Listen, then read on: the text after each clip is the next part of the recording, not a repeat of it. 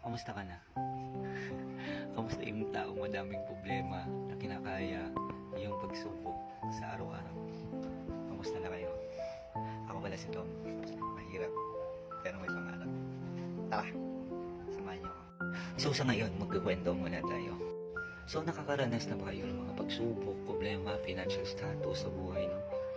Lahat naman siguro nakakaranas nito. So mahirap talaga, no? Mahirap talaga maging mahirap, no? Mahirap talaga yung mga wala kang pera, wala kang pagkain, hindi kompleto yung pagkain mo 3 beses isang araw, yung financial status, wala kang trabaho, minsan lang may trabaho, no? Mahirap talaga maging mahirap, no? Pero kinakaya mo, di ba? Kinakaya mo talaga kasi may pangarap ka. Kinakaya mo kasi may gusto kang abutin na goal. Yung di lang nahihirapan ka na, nawala ng pag-asa, pero binibigyan mo talaga ng lakas yung loob, yung sarili mo para manampasan mo yun. So ang hirap kasi, yung nangarap ka, tapos nandun ka na malapit na sa pangarap mo, tapos bigla kang, nawala na lahat kasi sa maling desisyon, sa maling kilos, sa maling pakikisama, sa maling tao, nawala na lang bigla. So kung mahirap ka na, tapos pinaghihirapan mo pa yung sarili mo sa mga taong hindi ka gusto, sana maging matalino ka na lang. Kasi hindi lahat ng nasa paligid mo ay kakampi mo.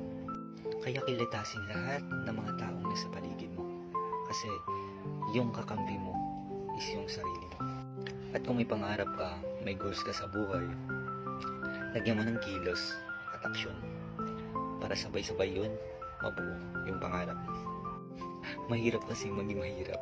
Yun yung title natin ngayon. Yung tilang hindi mo alam kung anong gagawin mo kasi mahirap ka na. Mahirap ka kasi tamad ka. Mahirap ka kasi naging basihan mo na lang yung financial status sa pamilya mo, sa nanay mo, sa tatay mo, ganun, sa ate mo, sa tita mo. Anything na magbibigay sa inyo ng financial. About sa pagkain, sa expenses mo. Yun.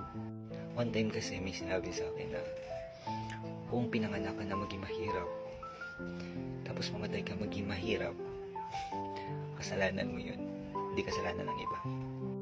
Minsan nga naisip ko na ang unfair talaga kasi yung mga problema ibinigay sa'yo, mahirap lagpasan, mahirap solusyonan. Pero bilib na bilib talaga tayo sa mga taong hindi sumuko sa mga problema, financial status, at sa mga taong nasa paligid niya. Matibay kasi may pangarap, may goal sa buhay. Matibay kasi mahal niya yung sarili niya.